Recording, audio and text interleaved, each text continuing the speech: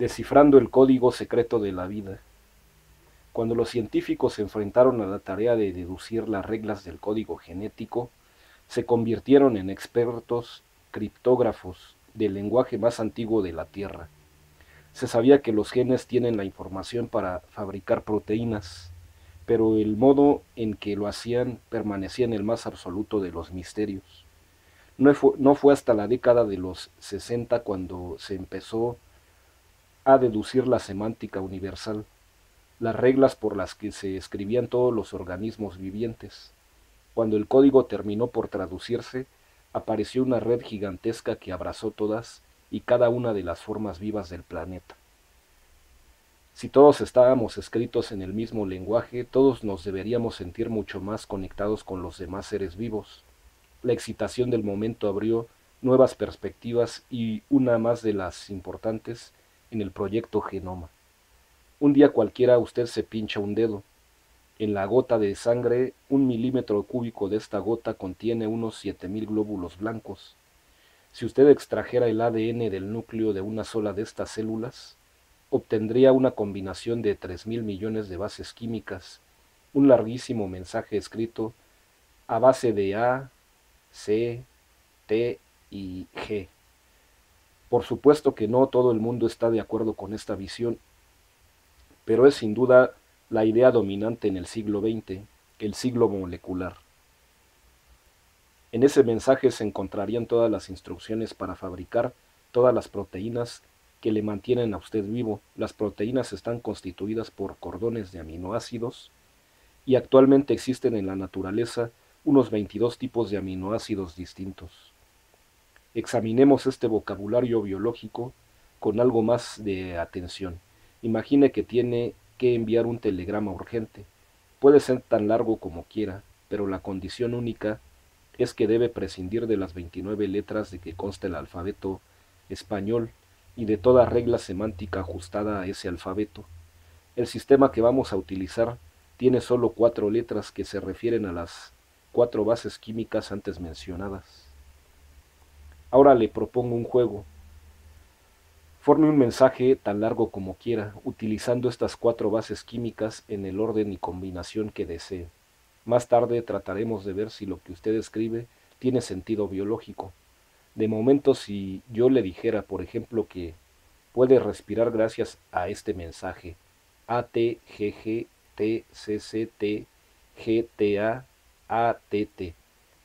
usted pensaría que estoy seguramente chiflado. En realidad el mensaje puede significar cosas tan diversas como insulina defectuosa o hemoglobina en buen estado.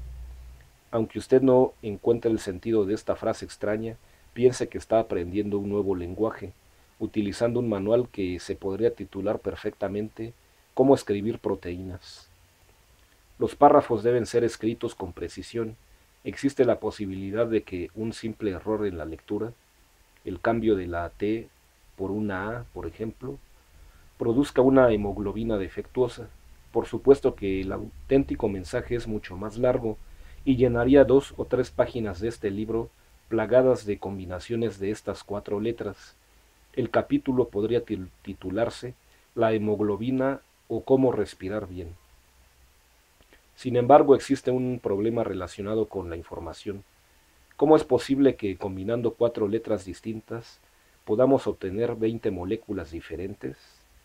Es evidente que cada base no codifica para un único aminoácido, puesto que si así fuera, solo podríamos obtener 4 aminoácidos diferentes.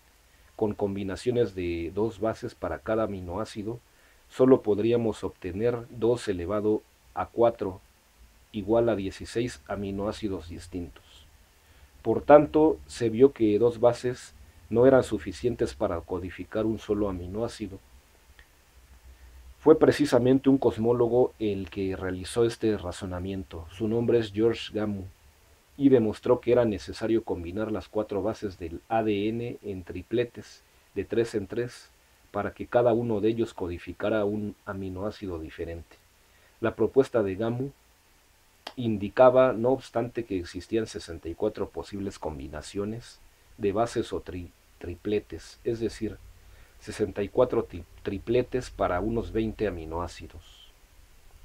La hipótesis de Gamow fue posteriormente confirmada mediante una serie de complejos experimentos en los que participaron varios investigadores como Marshall Nirenberg y Govind Khorana, incluyendo también al premio Nobel español Severo Ochoa.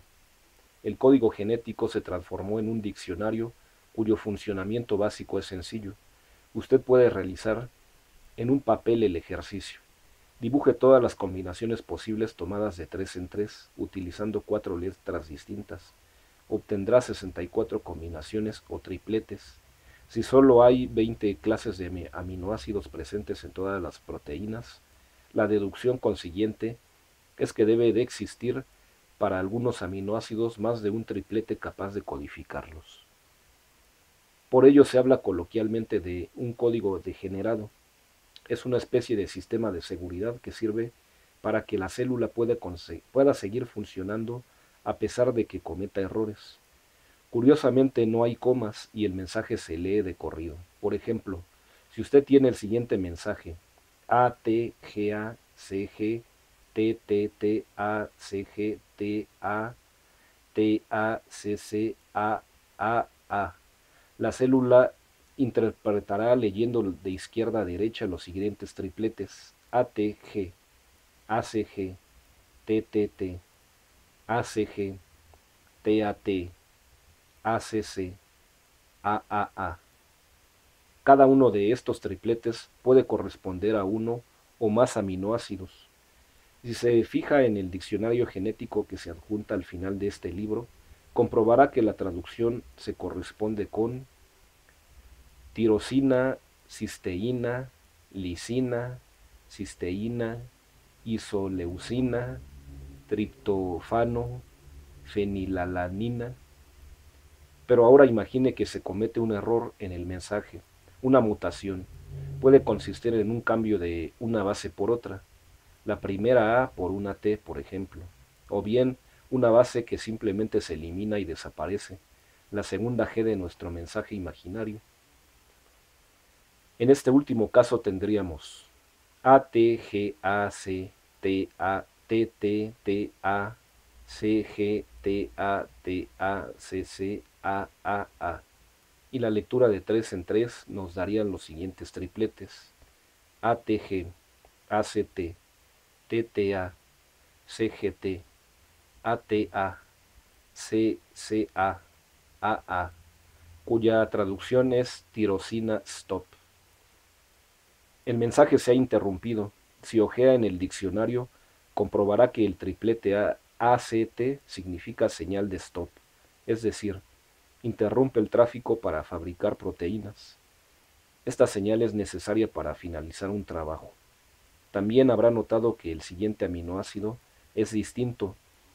En nuestro primer mensaje teníamos la treonina, pero la modificación lo ha sustituido por la arginina. Este pequeño ejercicio didáctico nos hace ver la enorme importancia que estos cambios pueden tener en las vidas de las personas cuando examinamos con algo más de cuidado cómo están constituidas algunas proteínas de nuestro cuerpo. Precisamente una señal de stop en un sitio equivocado puede dar al traste con la formación de la proteína, y si ésta resulta ser una enzima cuya presencia es fundamental en alguna de las miles de millones de reacciones químicas de nuestro metabolismo, su ausencia puede provocar una catástrofe. La estructura de estas moléculas casi mágicas aparece plasmada en las pantallas de los ordenadores de los nuevos técnicos y diseñadores de moléculas. Los modelos tridimensionales de estas moléculas acaparan ahora la máxima atención y muestran cordones curiosamente retorcidos, hechos a base de uniones entre aminoácidos. Imagine el nudo hecho por un marinero. Este es el aspecto que presenta una proteína. La secuencia inicial de aminoácidos se denomina estructura primaria, pero deducir cuál va a ser el aspecto final de la proteína y cómo se pliegan estos cordones es todavía un gran misterio para la ciencia. Y desvelar cómo está anudado un cordón del tamaño de una molécula es una tarea que puede llevar un año. Los biólogos moleculares deben purificar la proteína al máximo y conseguir su cristalización. Después bombardean esta proteína cristalizada con rayos X. Como los grupos de átomos están dispuestos en diferentes planos, reflejan los rayos X que reciben, de tal modo que uno puede hacerse una idea de su situación. En ayuda de los biólogos, los ordenadores dibujan ahora con precisión marañas de átomos caprichosamente colocados, hélices retorcidas, cadenas regularmente dobladas, figuras torneadas y esculpidas. Toda una serie de fantásticas formas desfila ante los ojos de los científicos. Estas formas tienen sentido, están diseñadas para encajar perfectamente con lo que hay que transformar, andar tranquilamente por los escenarios moleculares, cumpliendo una función aquí y allá. De hecho, la forma cuando se habla de proteínas es más importante que el fondo. Las intrincadas curvas, piensan los investigadores, permiten mantener constante una zona crítica, el propio corazón o centro activo de la proteína, que es, en última instancia, el responsable del comportamiento de la proteína, el que da la cara, cuando hay que enfrentarse a un sustrato o a un compuesto para metabolizarlo, digerirlo, cambiarlo o transformarlo. Las fábricas de proteínas son unas minúsculas factorías que flotan en el líquido celular, cerca del núcleo del propio cerebro de la célula.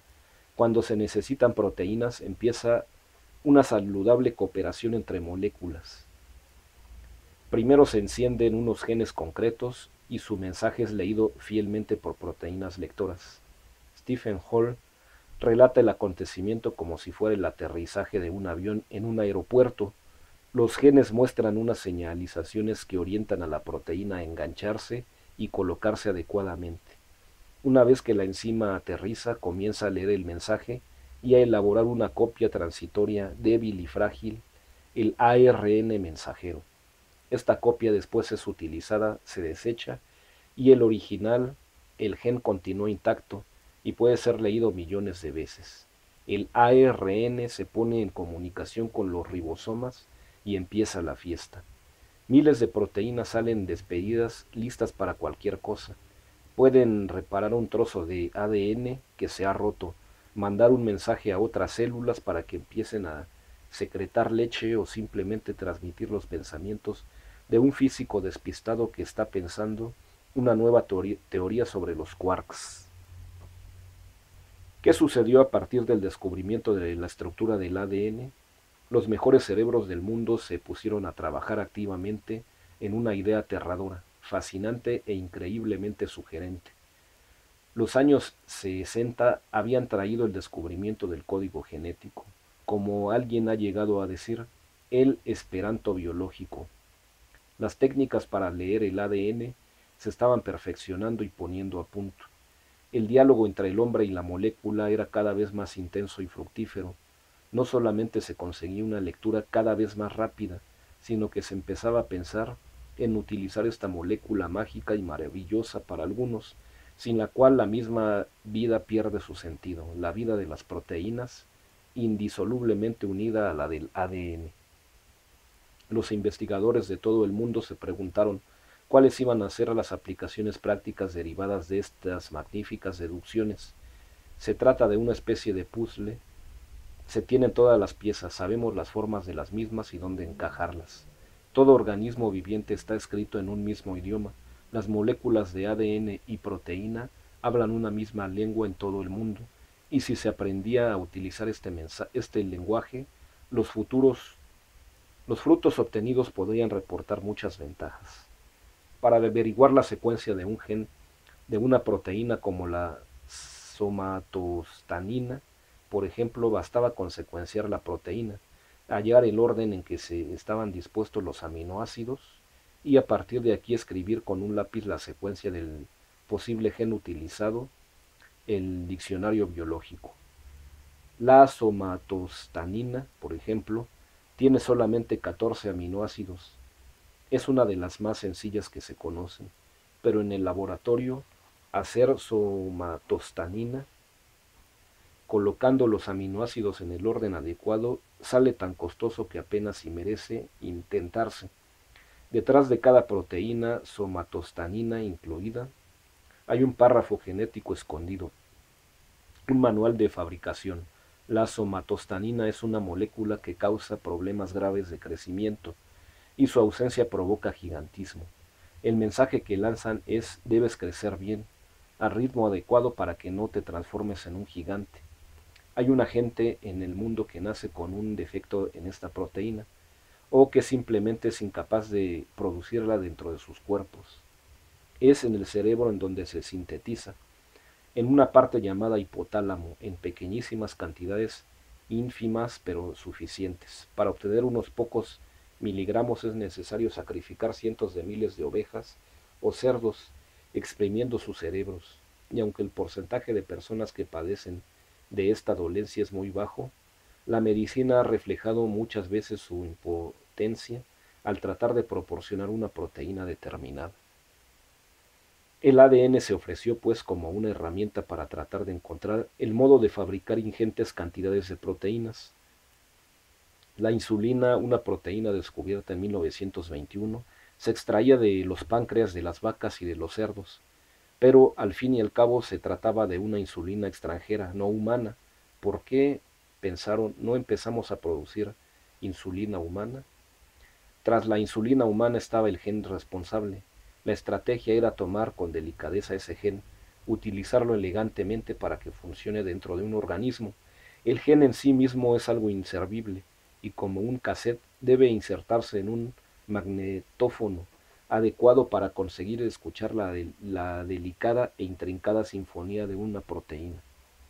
Pero la idea, aunque también intuitiva, traía no obstante unos obstáculos formidables. Primero había que disponer del gen, y esto no es cuestión de ir a una farmacia a pedirlo tranquilamente. Para obtener un gen hay que acudir a un organismo, buscarlo, encontrarlo y extraerlo. Son tareas terriblemente complicadas. El punto de partida, no obstante, lo daba la propia proteína, extraída, analizada y purificada.